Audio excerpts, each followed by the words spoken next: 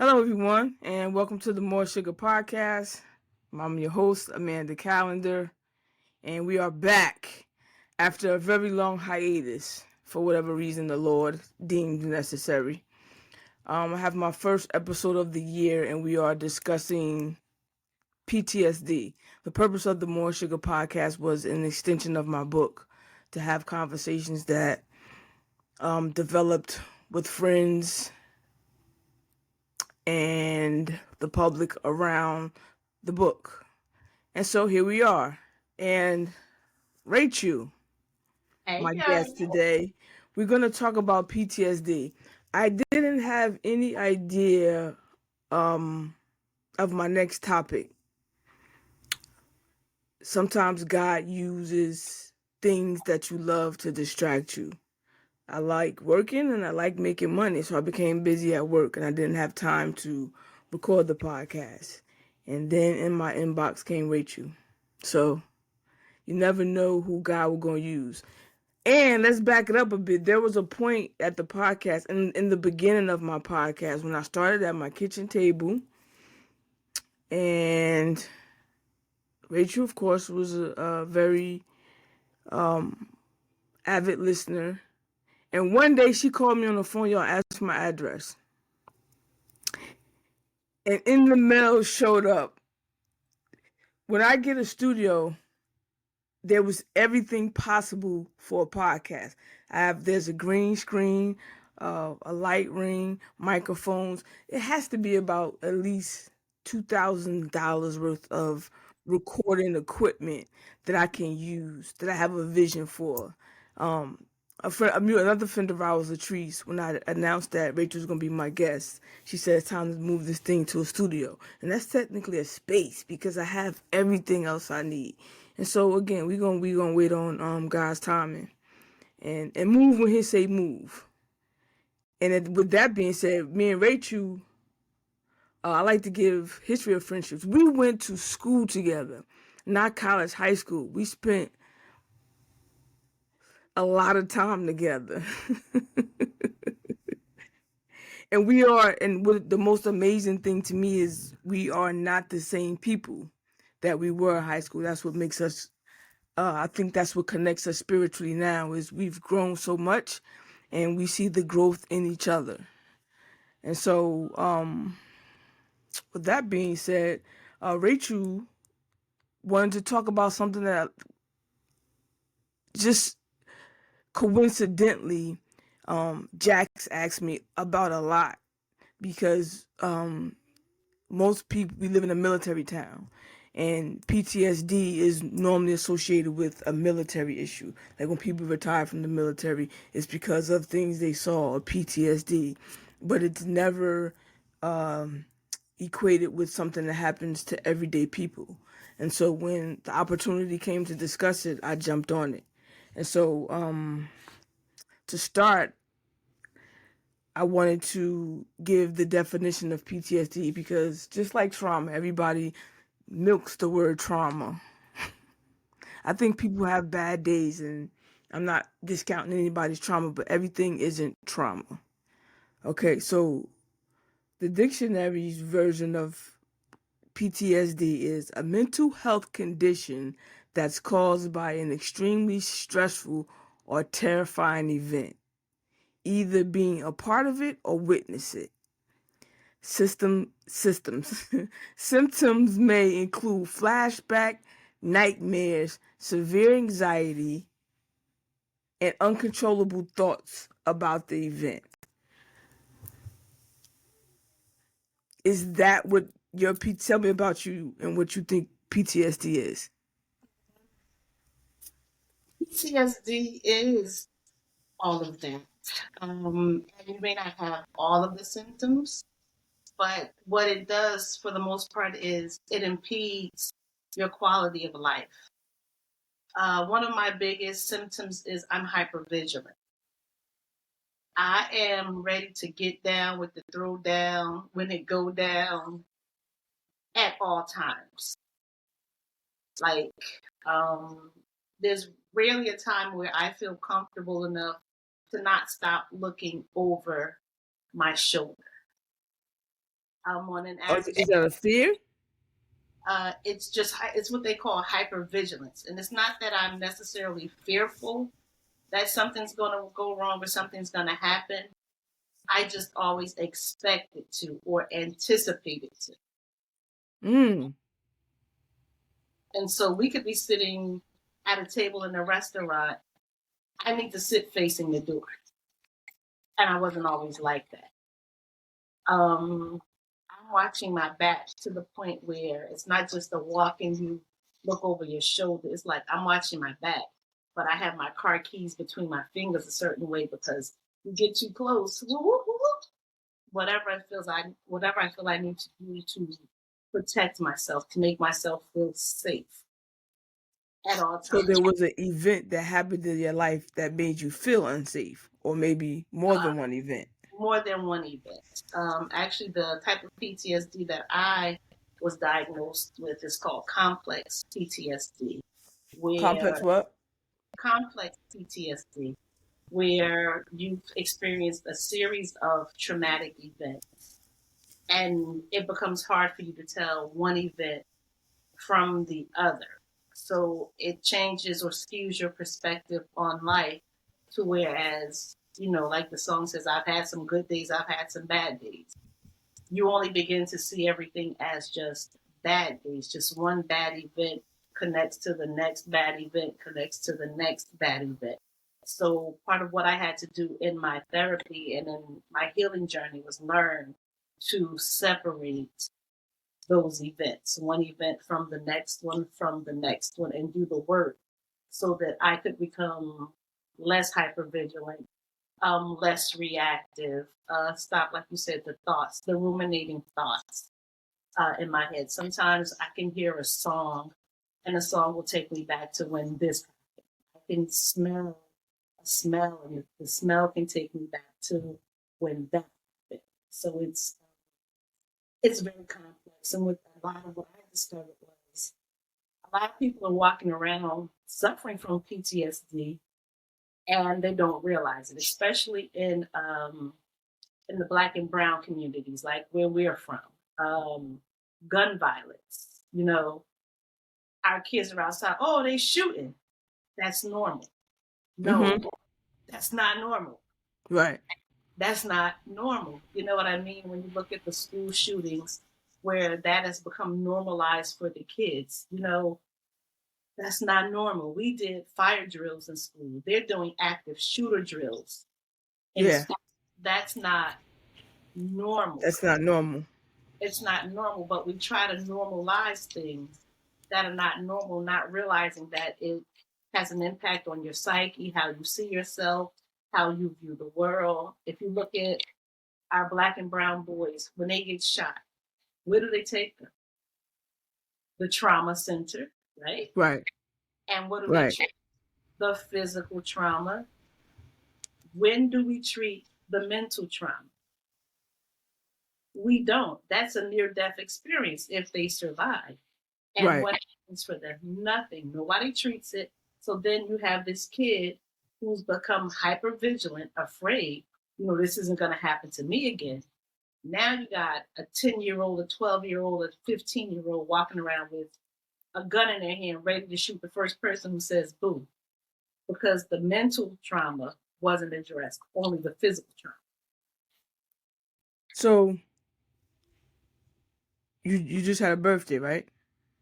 Yes, the day after you. How old did you turn? Yay. How old did you turn? I turned 51. Oh, okay. That's good for you. No, yes.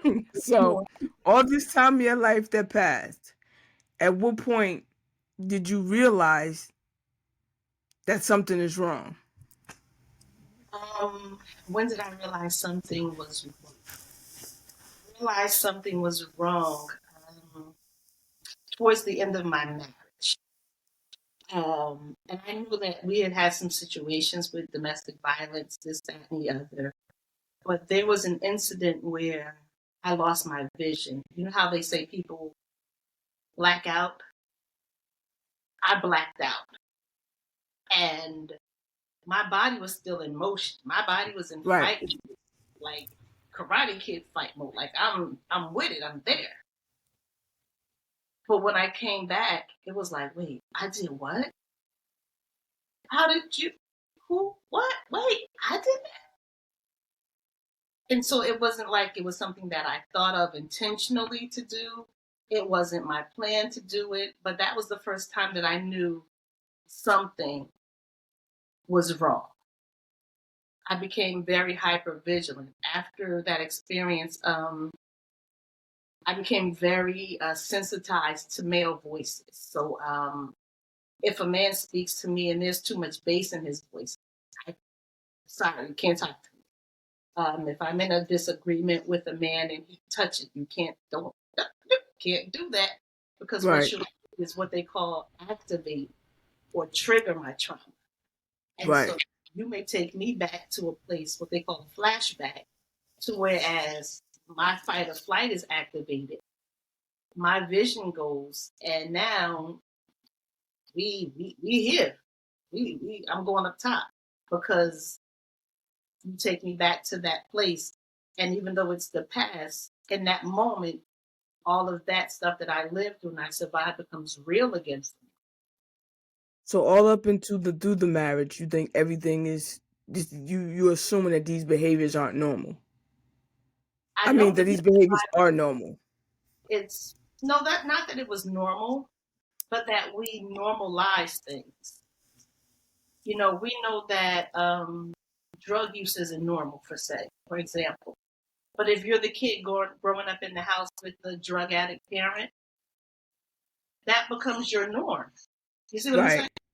Yeah. So when you're in that house and on the outside, it looks like you have everything. You're doing this way and you got this and you got that. But there's something inside of you that's dying. There's something inside of you that you don't know how to get help for yourself. And everybody on the outside sees it as, oh, there's nothing wrong with this person. Or, we So you equip. think you think that that could have been the cause of the demise of the marriage, even though we're not marriage counseling here, but Yes. It was a conscious decision to end the marriage. And it was probably, I would say, the most selfish decision I had ever made, because it was a me centered decision. It wasn't about my ex husband. It wasn't about the children we were raising. It wasn't about the house we had bought, the cars we had paid for. It was simply about me needing to be in a space where I could begin to heal. well, technically that's not selfish. If sometimes you have to save it. Saving yourself will always be seen as selfish. Yeah, it is, but because if you subscribe to any type of religion the way that we do that one time, until death do us part. And then part of me felt like, well, to death do us part. Even if I got to, unalive you to get rid of you, I'm okay with that. But I stood in my vows. And it's like, no, no, no, no, that doesn't make sense, Rachel. You got to walk away for yourself, for the sake of your family. Now, today, we're the best of friends. We get along fine. But for me, I had to get to a point where I could work on me, learning how to manage my fight or flight, learning how to do some things to heal myself. So it was a really hard time. And, having to, you're fighting over your kids, you're fighting over visitation. I fought for so long and for so many years. Fighting became my norm. Like, and it wasn't always a physical fight, but that argument on the phone, that that you did this and you did that, and it had gotten to the point where I realized I wasn't raised like that. And because I wasn't raised like that, I was doing my own children, especially my son, a disservice. So what I had to do was sit down. So I sat down for a couple of years and just got quiet and worked on me. Really just put time into trying to work on me. And as I began to do that, the hardest part of having PTSD and knowing that you have it is getting diagnosed, because the first thing they ask you is, well, what part of the military were you Yeah, yeah, like I said earlier. in? Yeah, exactly. I wasn't in a branch of the military. I was in Newark. Exactly. So it's like, but no, you just went through some stuff. You're okay. And it's like, no, I'm telling you, when things happen, I lose my vision. Like, there are times where I really can't see. Like, it can be 5, 10 minutes, and I can't see. I don't know what happened. I don't know how Amanda's thumb got snapped out the socket, but apparently they're saying I did it. So at some point, you have the wherewithal to say, because most people, especially older black people, they're trained to keep pushing through. Like, I don't feel right. Like, I just don't feel right today. So instead of taking a break, we push through and gotta handle it. Or mental illness is looked down upon, or needing a break. If nothing's physically wrong with you, it didn't become really, I would say, popular until the pandemic, until people were isolated and people had to sit with themselves. So before the pandemic, no one was really taking mental health or traumas or PTSD seriously. So this is way before the pandemic. So at some point, you had to say, okay, I need help for this. I can't do this on my own. I have been saying that for a very long time, even as I was getting prepared to file for divorce. I went and got myself a therapist, and I said, hey, listen, I need to work on figuring out how to leave my husband. And so Oh, I so was, you got a therapist before the divorce. yes, I kept a therapist through the divorce. I kept one after the divorce. I spent a lot of money on mental health. I think I probably spend more money on mental health than cars. And I love a new car. But I've always had a therapist. But even with having those therapists, it was never getting the right diagnosis. It was, okay, well, you have a minor depressive disorder, or, well, it's okay. Let's try a little medication here. Let's do that there. But it's like, once I began to do my own research, it was like, wait, that's what this is. Because I can be in the car and I'm hearing, I believe in miracles, because he used to sing that to me. So the next thing you know, I'm in the car crying. I hear, the club song, just dance, doo-doo. Right. Yeah, yeah. I smell a certain cologne, and it's like, or I'll have a flashback to where we're arguing, we're disagreeing, or whatever, and I'm in the car and I'm crying, but I'm on my way to work. And it's And so like, you got to swallow that to go to work. You can't go and work like that. exactly. So I learned to just keep pushing forward. As long as you just keep pushing forward, pressing, you'll be okay. Just keep moving forward. You should get out of this in a minute. You can snap back. You're resilient. You got grit. All the things we tell ourselves. You're a strong Black woman. You can do this. You can survive. You suffered worse. No, I hadn't. I had not. And it was to the point where years later, once we were we were actually friends at that point, but I still needed the help because I still had the triggers. I was still hyper vigilant. And anybody could trigger me. You've seen some of my responses to people on social media. When you're like, Rachel, you're a beast. And it's like, that part of me is actually activated in that moment. And you get what you get. And part of that comes from a defense mechanism of not wanting to be bothered, not wanting to be engaged in the negativity. So if I came at you as harsh as I could, you would leave me alone, because that was really Right. my ultimate goal. Right. So it became that sort of stuff. It would manifest itself in inappropriate ways, to the point of, you can be in the supermarket. People that start in the supermarket and do all that crazy stuff. I was one of them. I was really seriously one of those people. The people that have the road rage. I was the road rage girl. I was that person. And in my mind, I was justified in all of it because I had gone through something. So it wasn't the marriage. It was The symptoms just appeared during the marriage. it was a combination of things. It was the marriage. It was the things that I can't talk about out of respect for him that I experienced throughout the marriage. Things that I needed to heal from. It was traumatic loss. The loss of my parents. Just always never feeling safe, never feeling secure. Once I lost my parents, it became about, am I going to die? Am I going to die? Am I going to die? Am I going to die? Am I going to die? It was, that type of thing. So I became hyper vigilant about that. Well, I don't know if I'm going to live tomorrow. Well, what if my kids die? Well, what if this person dies? Well, and it became about other things. And I couldn't disconnect, say, the bad marriage from worrying about my own mortality to the stressors of regular life and work and just trying to be a decent human being. Like they all ran together for me. Like everything ran together. So how did it affect you being a parent? Um, as a parent, again, I was hyper vigilant. You couldn't look at my kids.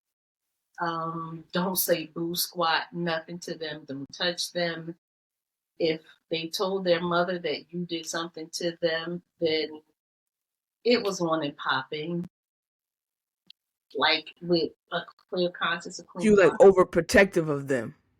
Overprotective is like beyond what I am concerning them. Did did something happen as a kid to make you want to protect them from whatever you went through? I think it's from not always having been protected or always feeling that I was protected. Mm-hmm. So it kind of manifests itself in certain things will never happen to my children. And as an educator and seeing what happens to children, in schools and things like that, I protect any child. I can be walking in the park and a group of kids are going to fight another kid. The kid that they're going to fight, that's my kid. Right. I'm going to make sure that kid gets home. Hey, where do you live? Let me walk you home. Here, use my phone. Call your parents. I'm just a protector of children.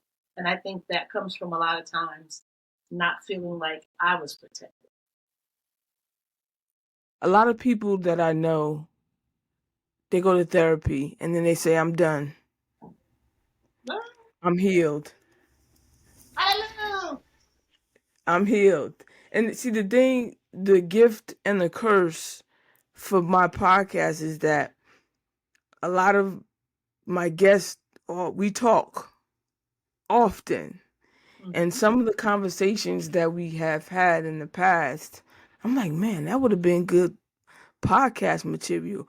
But some conversations are just for us, right? And even though you want to help people and you want to be as honest as you can with people, when you see something in somebody else that you saw in yourself, how do you begin to help them through whatever they're going through? The first thing you do is listen. Just because a lot of times people don't have anyone to listen. Just somebody to say, hey, I know what that's like. You know what I mean? I know what it's like to feel like you're not a good parent.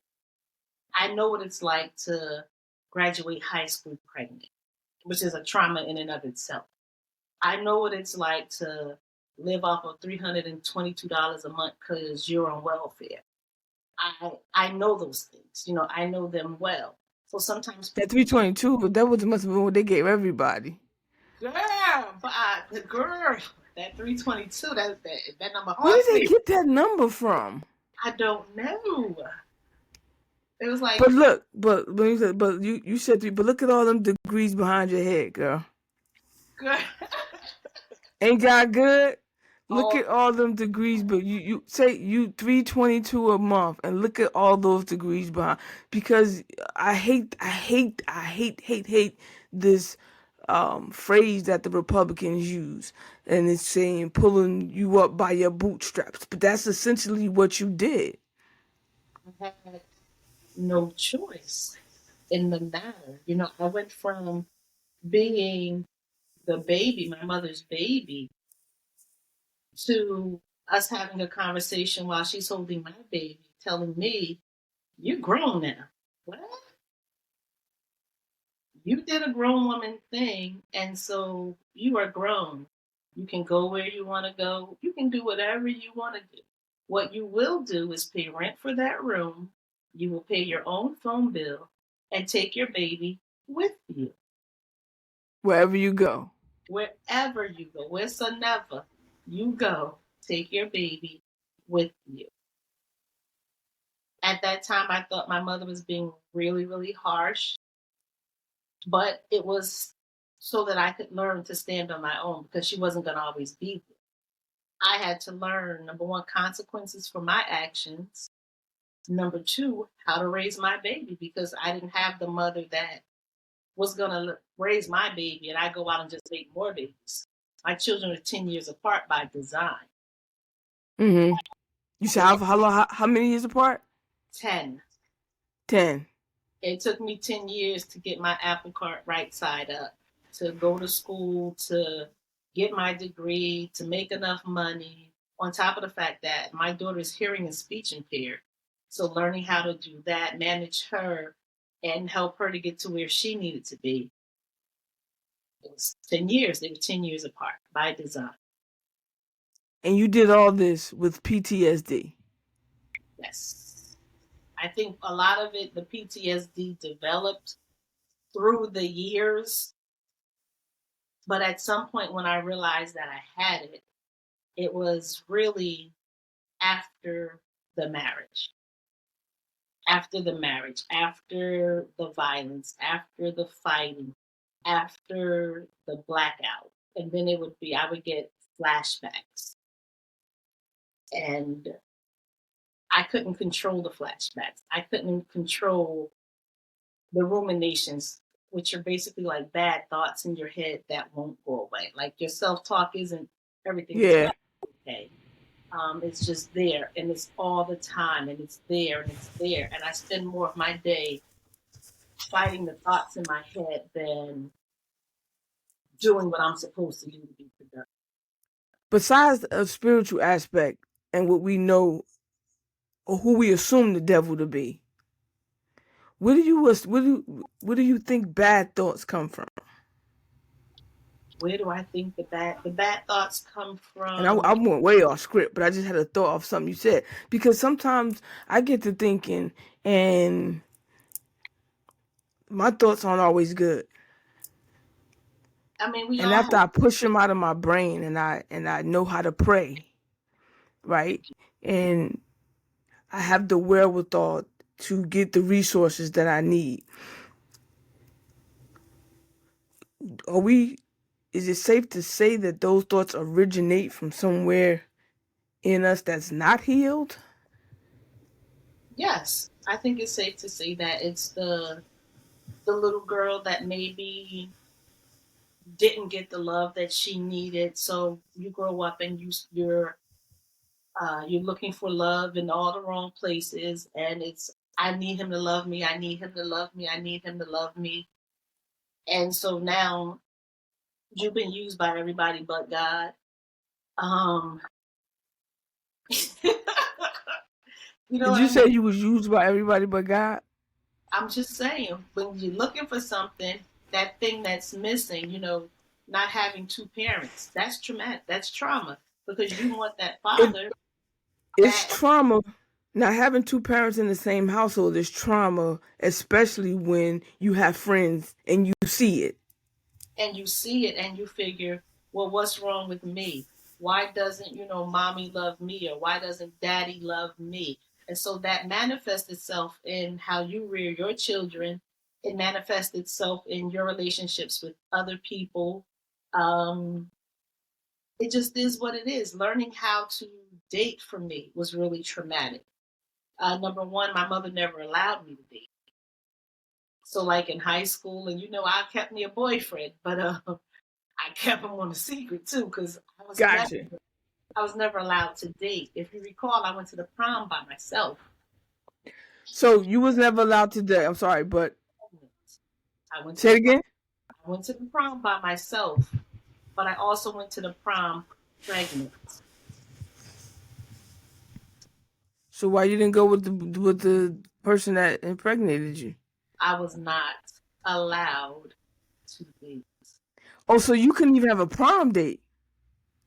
My father bought one ticket. It's the prom. One ticket. I never knew that. And I was like, you know, I was not a nice person in high school. None of us were. And this is all the growth that I put into myself is kind of like I can't go back and heal the people that I hurt, but it's just me trying to put a little bit of good back into the world. So I figured if I got a date, how come nobody else don't have? I had a date. So I had a date. Oh, she's swinging her hair too. Right. So I never, and that's just crazy how I don't remember judging you then, right? But 51-year-old me just jumped into 17-year-old my body and judged you for not having a date because I don't even remember you having a date. And then it came back to 50-year-old me like, well, she didn't have a date because, wow. See, this goes to show you never know what people are dealing with Yeah. and why they are the way they are. Yeah. So I didn't have a date because I wasn't allowed to date. To this day, at 51 years old, my mother has never given me permission to date. I went from under her thumb to having a baby to you're grown. Like in a Do you matter feel like? Did you of months. feel like she didn't give you? Did you feel like she didn't nurture you enough?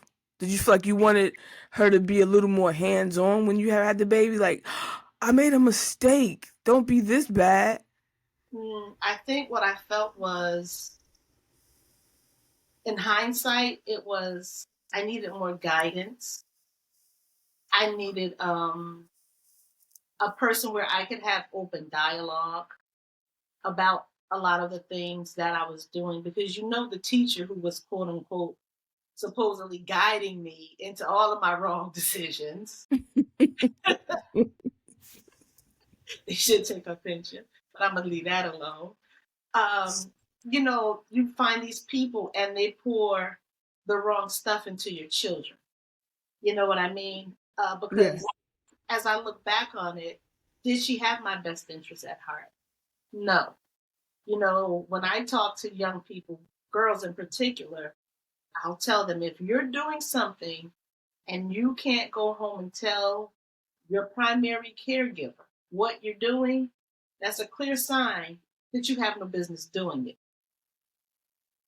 If you can't go home and say, I'm sexually active, that's a sign that it shouldn't be. If you can't go home and say, as a young I boy, couldn't go home and say I was sexually active. because you shouldn't have been, because that comes At, with the at what age? At what age should we be? At what age could your daughter or son come to you and say I'm sexually active uh, as a parent? at whatever age they became sexually active. Because my job at that point, having sat in my seat, was to guide them, to give you guidance. So listen, okay, if you're going to do this, this is how you do this. You make a baby, we can raise a baby. I'm already proof that we can do that. However, if you get HIV, you get hepatitis, you know what I mean? You Yeah. come back from that stuff. So it's like, let me show you, let me teach you, number one, you're worth the wait. Number two, how to respect your body and how to conduct yourself, because that's still part of parenting that for, I think, our generation, and especially our parents' generation, that they didn't talk about. No, not at all. It was just don't do it. It was just forbidden. Don't do it, don't do it, don't do it. And meanwhile, I'm doing it and doing it and doing it well. And I'm walking around pregnant as I don't know what. And my mother didn't find out until I think maybe July, or like when she found out, it was just like the horse was out the barn. Like she just happened to be in the kitchen and she pulled my shirt up and she looked and she's like, "I know you're not pregnant." And I just bust out crying. And she two-pieced me up a little bit, boop, boop, boop.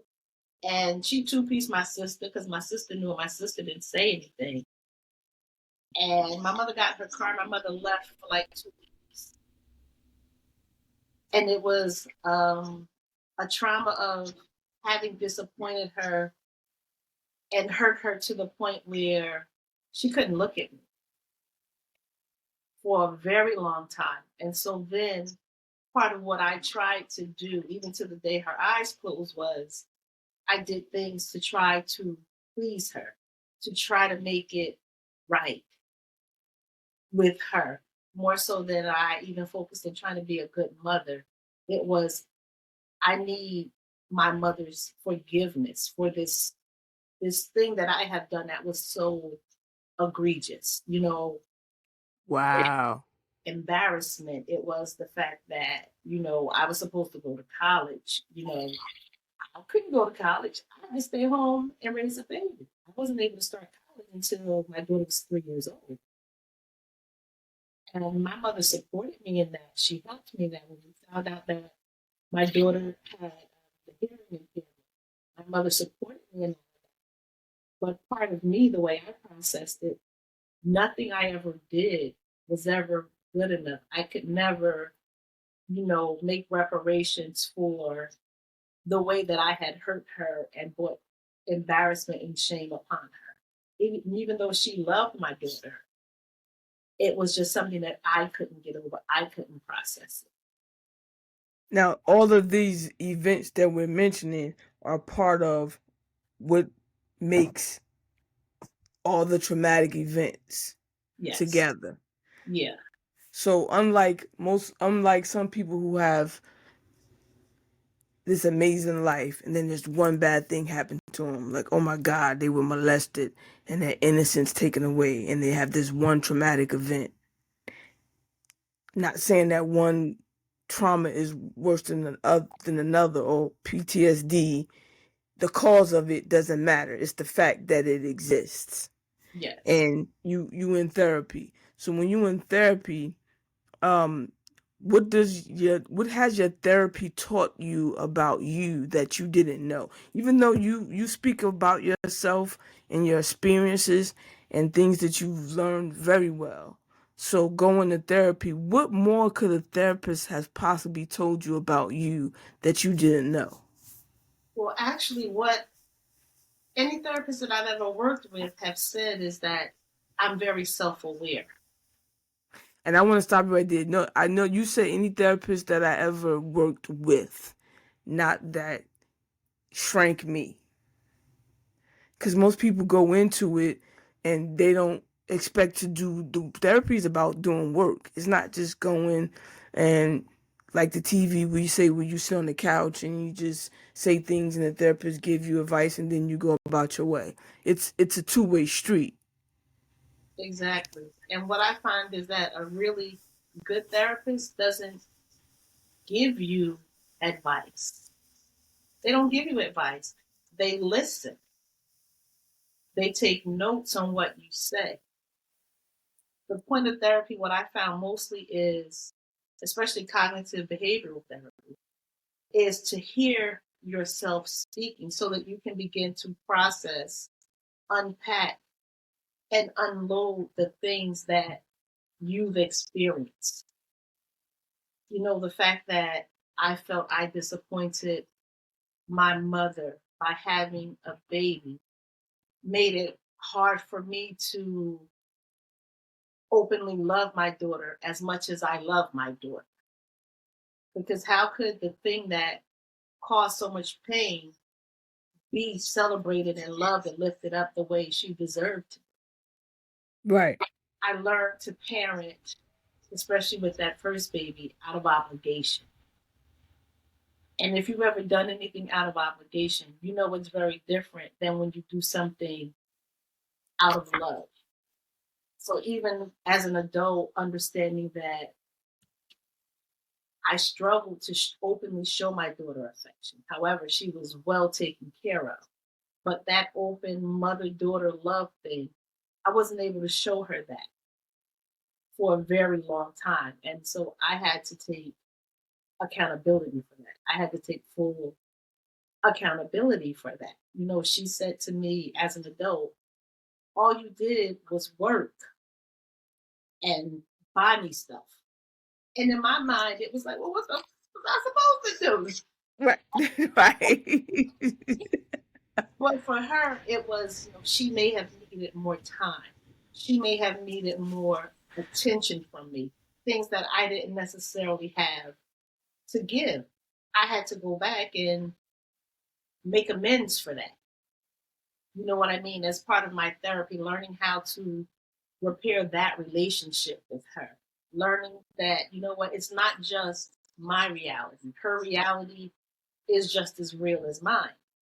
And so while I'm thinking I'm humping and I'm doing the best I can to take care of my child, on some level, she needed me to show up more physically. That's what I think we talked about that a couple of days ago. We talked for a very long time, which I learned a lot about myself. It's crazy in conversations that I have with my friends, and I'm grateful for those conversations in the sense that I'm a great provider. But that's really, I know I love, everybody knows I love Jax. Jax knows I love Jax, but I can show Jax a little more. Like, I travel for work, and when I do travel, I'm going maybe a week at a time. So my thing is, when I come home, even though I talk to him every day, it's not the same as me picking him up from school and me taking him to school every day and him seeing me and jumping in my arms. And so normally when I come home, we'll go out to dinner as a family and we'll talk about our week. And he was in this funky, I came home last night, he was in this funky mood. Like, we got to the restaurant, he's like falling out all over the booth. He has his feet up and I'm trying to have a conversation with him. He's like nonchalant, he's not answering me. And my immediate response, I was getting ready to say, you're not the one that worked 12-hour days away from home. So what is your problem? That's what was rolling up in my mind to say. And I guess the saint that I married noticed he and I about to butt heads. And she kind of like just like squeezed my hand. And I didn't say it. And we and me and her talk later, but that's me. That's like, oh, I'm provided. Like, what else do you want? Kids need a lot more than being taken care of.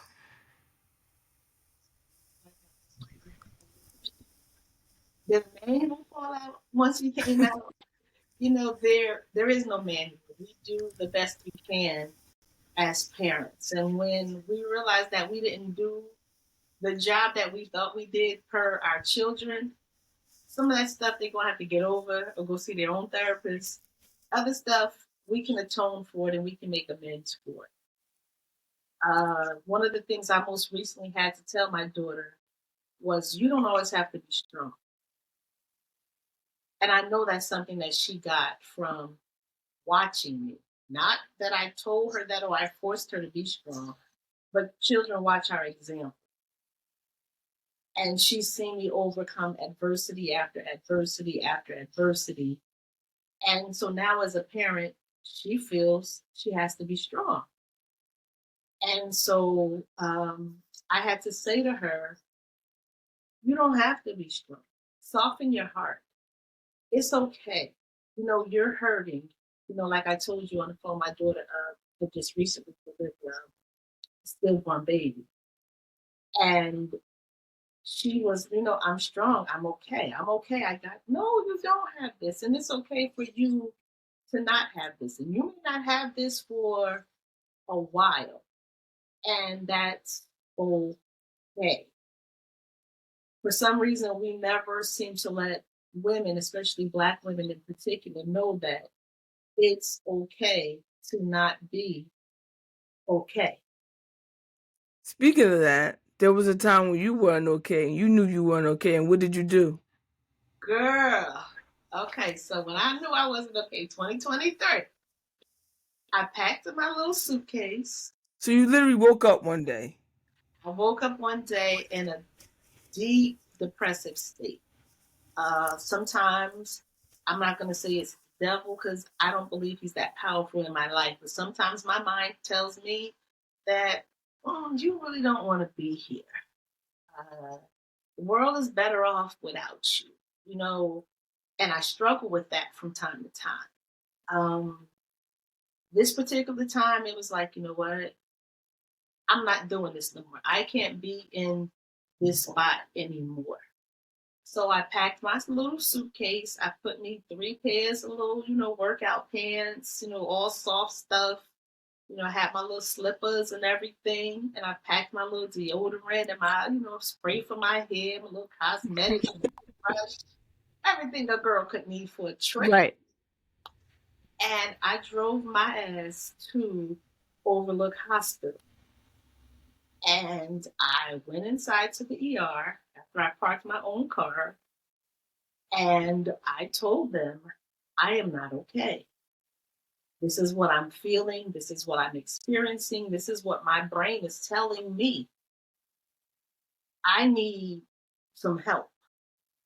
And at that point, they kind of assessed me and they put you in this room with a camera and they give you a nurse just to watch you. And I'm like, well, I ain't that damn crazy, but okay, fine. We're going to after go. you walk up with the suitcase, you're gonna say, I ain't that damn crazy.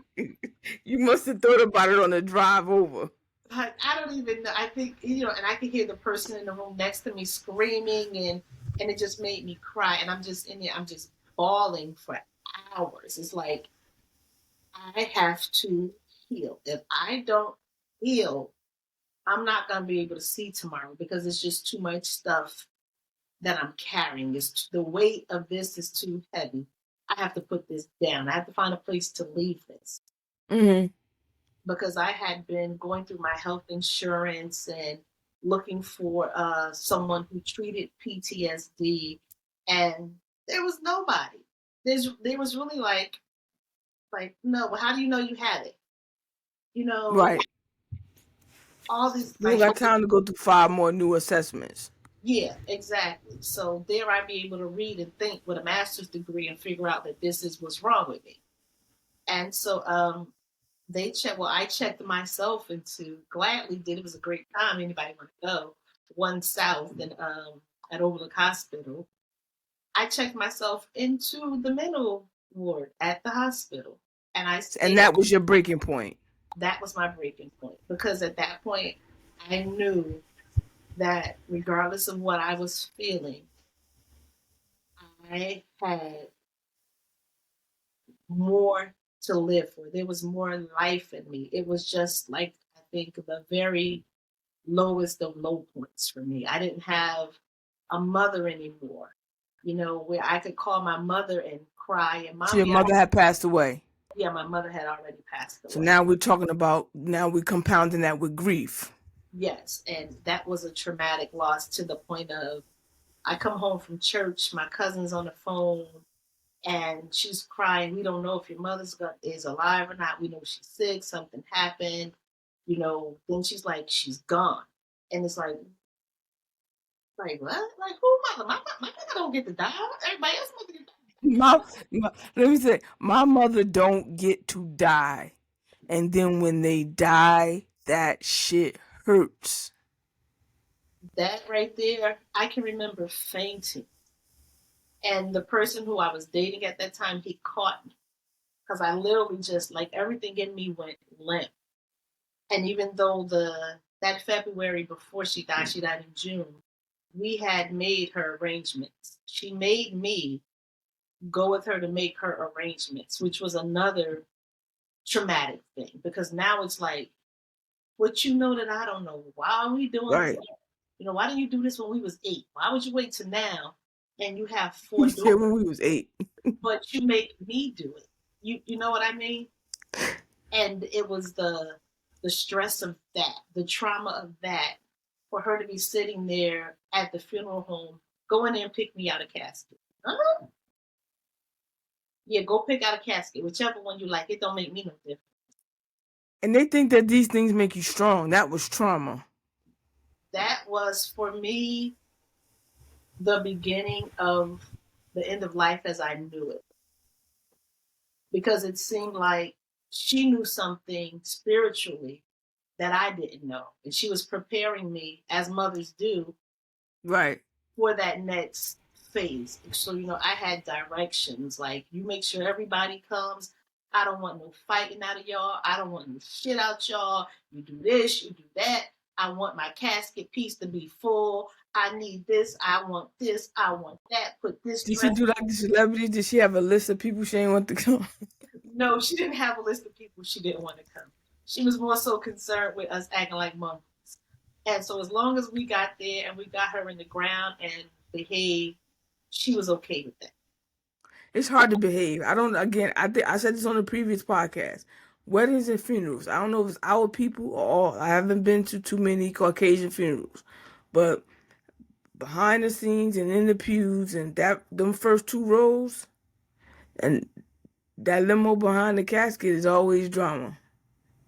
Yes, it is. And I mean, even having been married to the funeral man and being very used to funerals all the time on a regular basis, that hit like no other. And it was like, who do I go to now?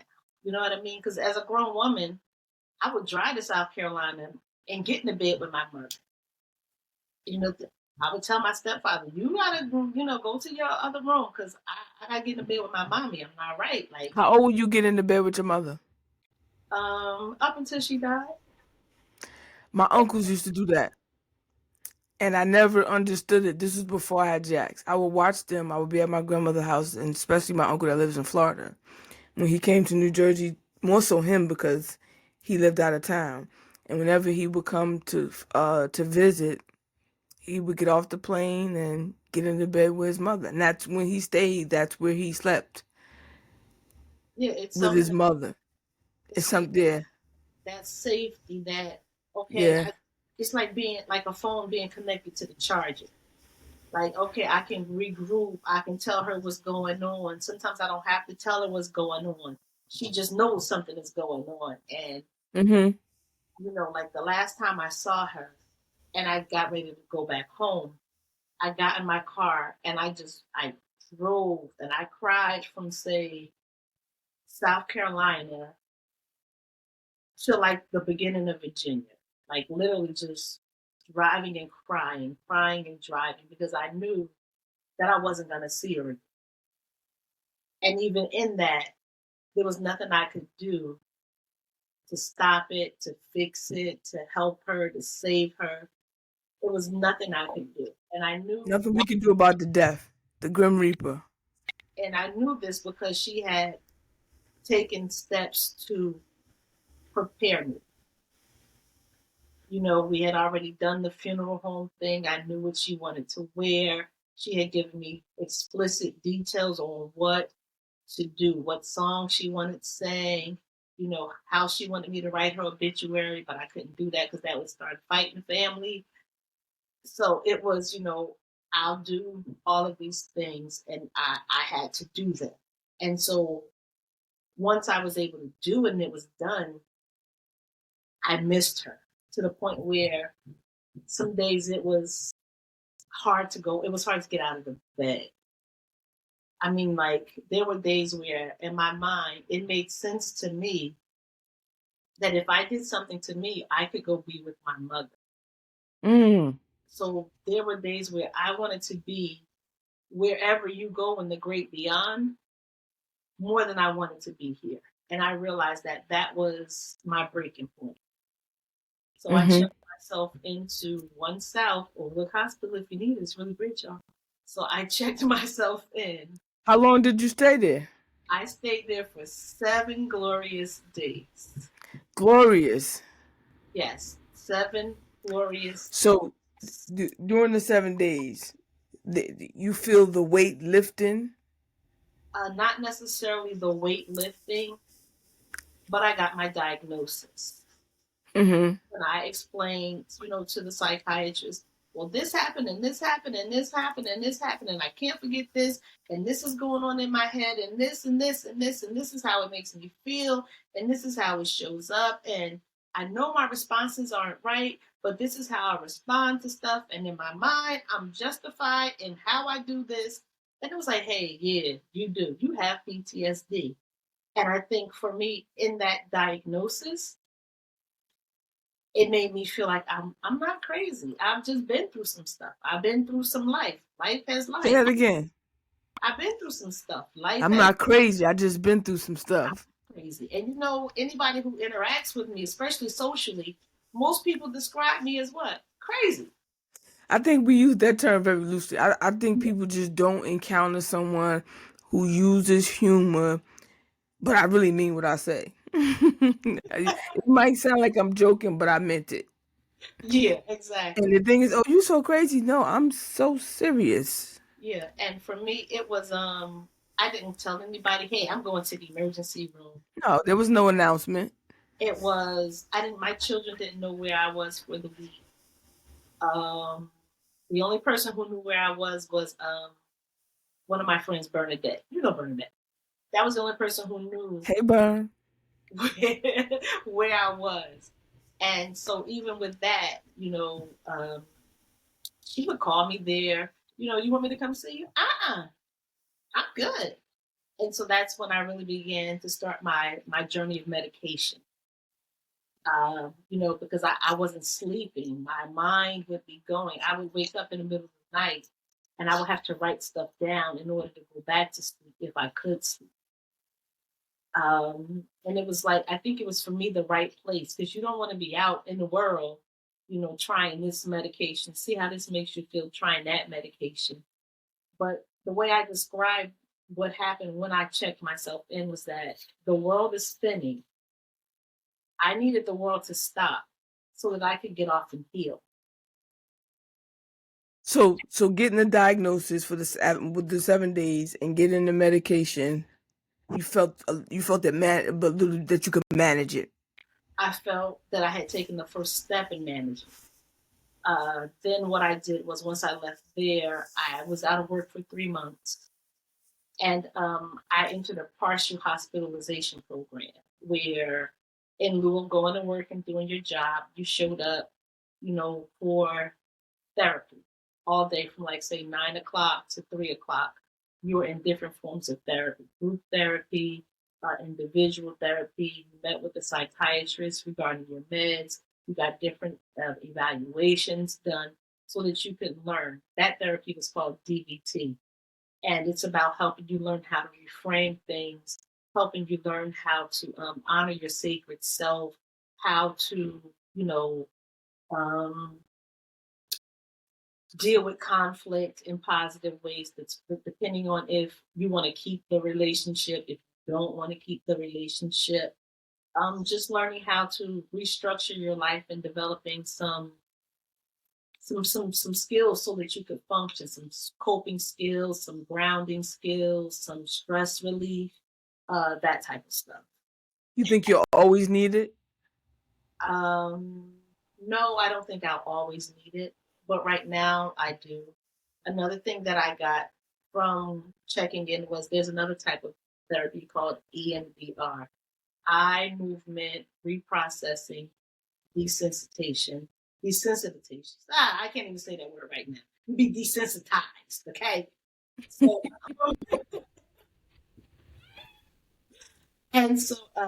in that particular therapy, you learn to sit in those traumatic moments.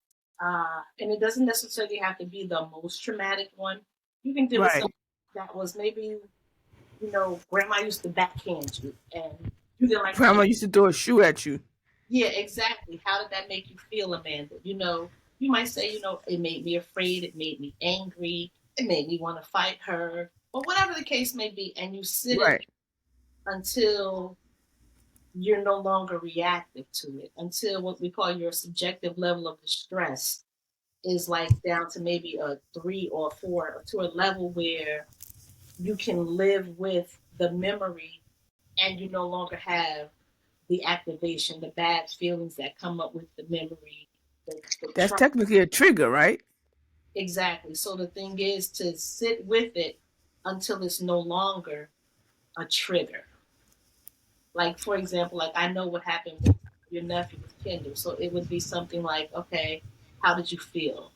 And you bring up your feelings, share as little or as much as you want. And you would be asked to sit in that maybe for 3 or 4 minutes, and you're processing it in your own mind at your own pace, however you choose to. Then we'll take a break. Okay, how does that feel now? Oh, it still feels this way. And you keep going through it until you're able to live with that thing without the tears coming to your eyes, without your heart starting to raise, until it's at a level where you can manage it mentally and emotionally. What's this? This is 2025. I think he died in 2009. Mm-hmm. About 14 years. Mm-hmm. And last year, well, we've been getting Jack swimming lessons because of it. Mm-hmm. Because my nephew tragically drowned, but even though it wasn't in a swimming pool, it was at a water park. And so we go on vacation last year to a water park. And I know my son can swim because he swims in the swimming pool. He's been And he's swimming been as a baby. swimming. He's a Facebook kid. Y'all been seeing him taking swimming lessons since he was a couple months, maybe a year. So Jack can swim. But we at a water park where they gotta come down the slide. And I'm like, nope, nope, not happening. Not happening. And he's like, but mommy, but mommy. I'm like, and again, the saint that I married grabs my hand and says, you gotta let him go. And I watched him walk up the steps to go to the top of the water slide. And I've never felt so much anxiety. I didn't have a Xanax with me. I never felt a lack of control. And for a minute, seeing him at the top, and he's just so excited, and he's waving. For a minute, you couldn't tell me I didn't see Kendall's face waving because me and my wife were supposed to be on that trip, and we didn't go. And so always for years, I blamed myself like that would have never happened on my watch. Like I'm this savior. And so he comes down the slide, and boom, he hit the water, and he comes back up. And I'm standing there, and I grab him, and I hold him. I'm just holding him and just crying in the middle of the water park in Orlando. I'm bawling, crying, tears, holding him. And he's like, Mommy, I'm fine, I'm fine. And he goes, and the funny thing is, when they first started school back, they had to write a book. This whole class compiled a book about their greatest adventures. And Jax won the position to create the title. And anyway, they told their stories over the sum of their greatest adventure. And he told the story about us going to the water park because he met his siblings for the first time. And he talks about if you get the book, his picture of him coming down a water slide. And I read his story. He's a great writer. I wonder where he get that from. And he goes, when I got to the bottom of the slide, one mommy cried and one mommy didn't. But it just goes to show that I had been, even no matter how many swimming lessons he took, it took that. Who would have thought that it took that me to have to sit in that moment for him to come down and for me to be. Now, I'm not saying, girl, I'm healed now. There'll always be a little trepidation, but as time goes on and I watch him in the water and I allow him to do more things, the trauma of losing my nephew because my nephew spent time with me, like not just weekends, like months. And the things that I do with Jax now are the things that he and I did, and I never let his hand go. I was always right behind him, and it wasn't until another incident happened when me and Jax was in the water at Funplex up in, what is that? Someplace in New Jersey, Funplex. And he was in the tubby float, and he flipped over trying to get out, and he went under, and I grabbed him. He came up, but he was already choking and spitting out water. And it was in that moment that I forgave my nephew's mother, because I blamed her all these years. Like, she wasn't watching him. Mhm. Not just thinking there's a horrible tragedies happen, and that's just what they are. Because in my mind, someone Carry, has to be responsible. you carried that with that's the untreated trauma. You grabbing Jax up out of that water when he's giggling and Kay's like, "We cool, we got this," and you sitting there bawling in the water park. That's that untreated trauma because in your mind, you saw no difference between Jax and Kendall, and clearly we know that those are two different people. Two We different people. lots in life. So that like may be one of those areas where even now you may want to do a little trauma work to reprocess some of that because guess what? Jack's gonna have a bunch of swimming kids too. Yeah, because he tired of me fighting. Mommy, I'm fine. Mommy, I can do it. That's all we go through. Mommy, I'm fine. Mommy, I can do it. I'm like, God. Yeah, and And it's that kids behind whole me text me like, you gotta let him go. And I'm like, that pending like something is going to happen to him. It's that yes. that's It's the an impeding feeling that something's gonna happen to him. that's the rumination. That's what they call the repetitive thoughts that you were reading in the definition. That's the rumination, the part that where you have to do the work. Well, yeah, a lot of things could happen, and he'd be eating a piece of fish and choke on fishbone, and you busy worrying about him drowning. And it's like, oh well, no, I didn't think about fishbone. You see what I'm Yeah, saying? yeah. We we stay for every day. You want to take him to the doctor? Want to take him to the doctor?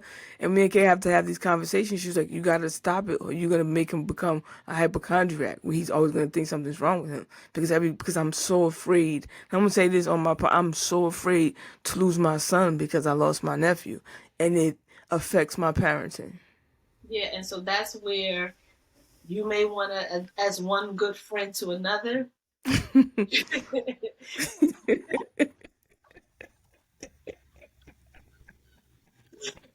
go on and get you some help and let that boy live. Go on and I'm get you. going. And that therapy is EMDR. It's a very specific type of therapy. But the thing is, the people who do that therapy are far and few in between. I found very few people of color who can do that therapy. And it's something that you have to pay out of pocket for a lot of times. I don't mind paying. I don't mind paying for, because health isn't just about physical. I don't mind paying to sleep good at night. I never and another I definitely another memory I have is when he was about 6 months and we went to some friend's house and she looked at me. She said, "What? Like, why do you look like you haven't been sleeping?" I was like, "Cause I'm watching him sleep. I literally didn't sleep for 6 months." She was like, "Bitch, you gotta get some sleep."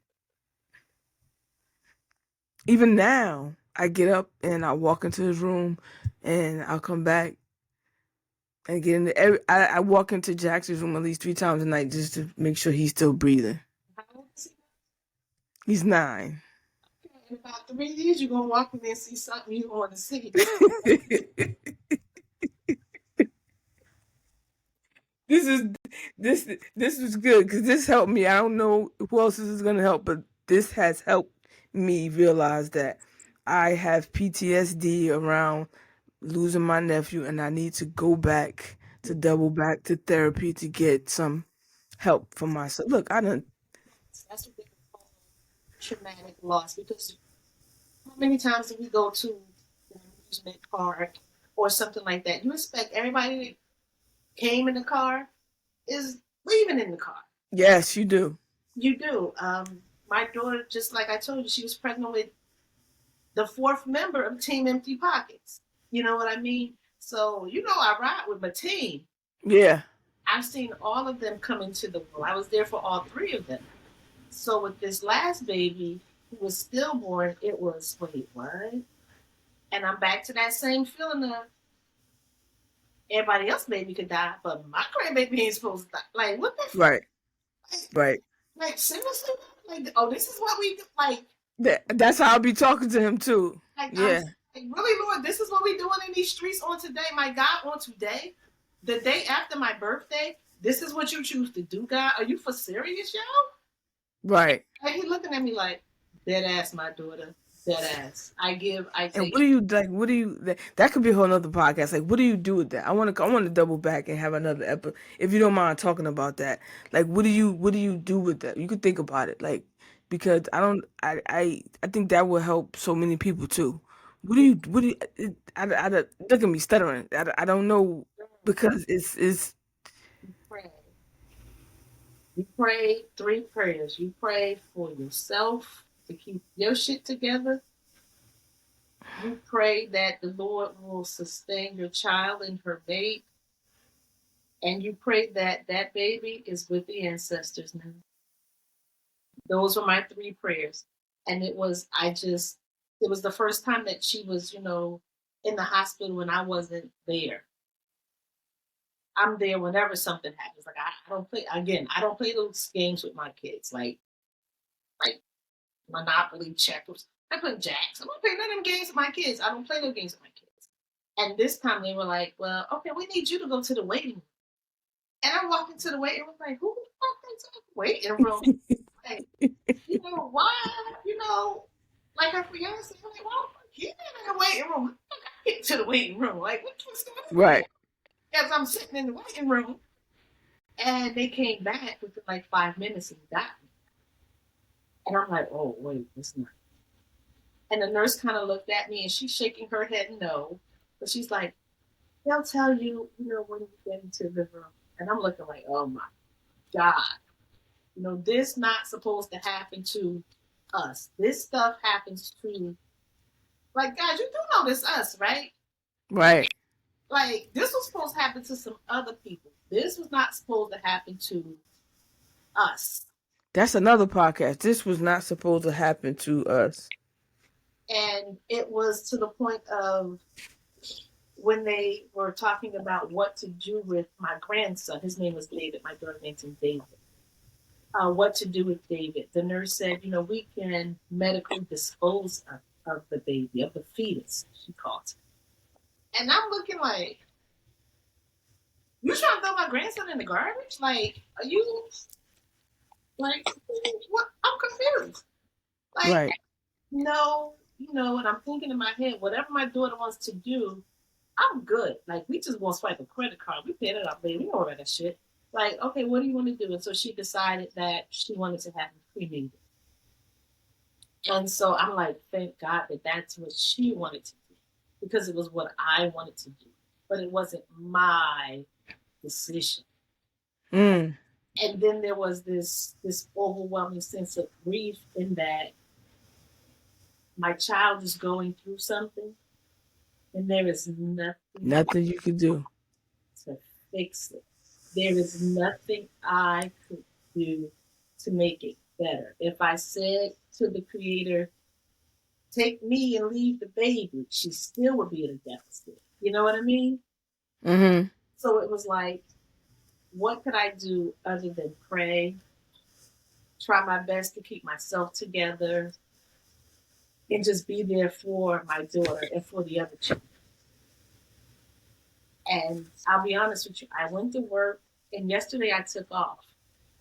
Since this happened March 1st, I took off yesterday. I don't know why, that whole black woman thing where we just got to keep going and going like we Energizer bunnies. I took off yesterday, and I literally slept the entire day. I woke up at 7 p.m., like, just Tired.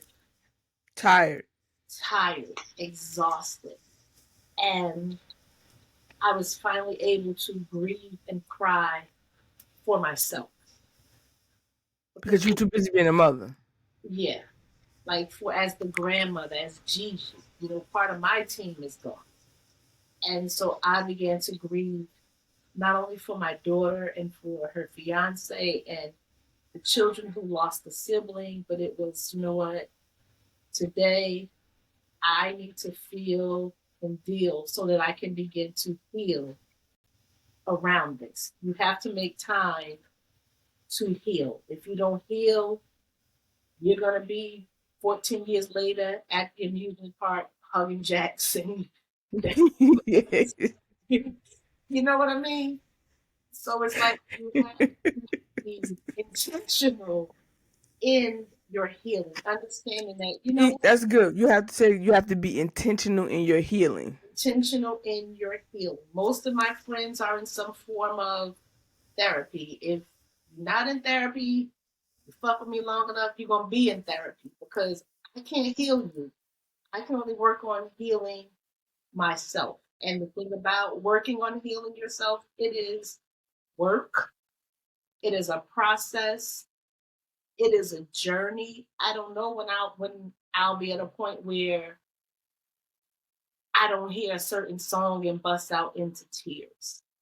I don't know when I'll be able to actually make it, if that's a thing, without my mother.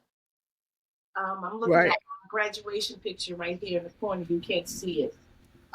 It's a plaque, and I dedicated it to my mother, and it has scripture on it: train a child up in the direction in which they should go. And for me, acquiring that master's and being able to give her that gift, it was like my final atonement for the baby that I had at 18, for, Wow. the heartbreak that I had caused her, for even though I had done these things that had disappointed her, I had done I was everything just, to atone for that. and it's funny that you said that because that was what how I was wrapping this all up into an ending. My last question was if you could give advice to your mother before you were born, like everything you know now, you and her relationship, um, you and your daughter's relationship, your daughter and her daughter's relationships, where you are in this journey, you're not. When people say I'm healed, no, you're not. You're healing. What advice would you give to your mother? Establish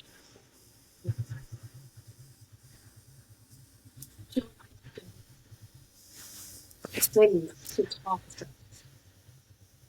and it'd be okay no matter what they say. That was something that I really tried to do with my daughter. I don't care what you do. I don't care how bad it is. I need you to tell me. Now, this is also part of why I'm also use, because I drink everything out of a wine glass. And in the morning, I usually had orange juice and champagne because you never knew what she was going to say or what she had done. But I couldn't get mad at her because I established this open line of communication with her. We have that.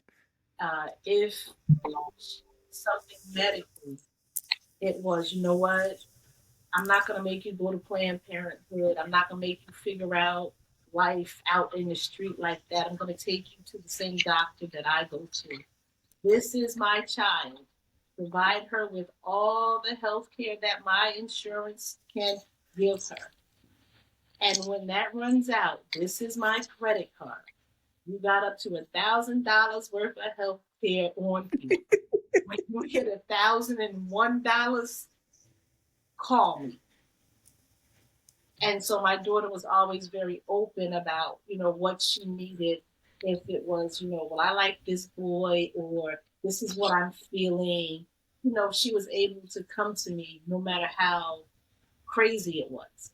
Sometimes I would have to, okay, look, I'm gonna go lay down. We're gonna talk about this in a minute, but I gotta go lay down right now in this moment because I can't believe this is what you're saying. But I can't punish you when you're doing what I ask you to do. So it's, I think, that thing of let me experience the world with your guidance versus with your fear of what could happen and what. Are you talking to me? I'm talking to my mother in this moment. You know It what? felt like you was talking to me. Well, if the shoe Dude, fits, you wrap it up.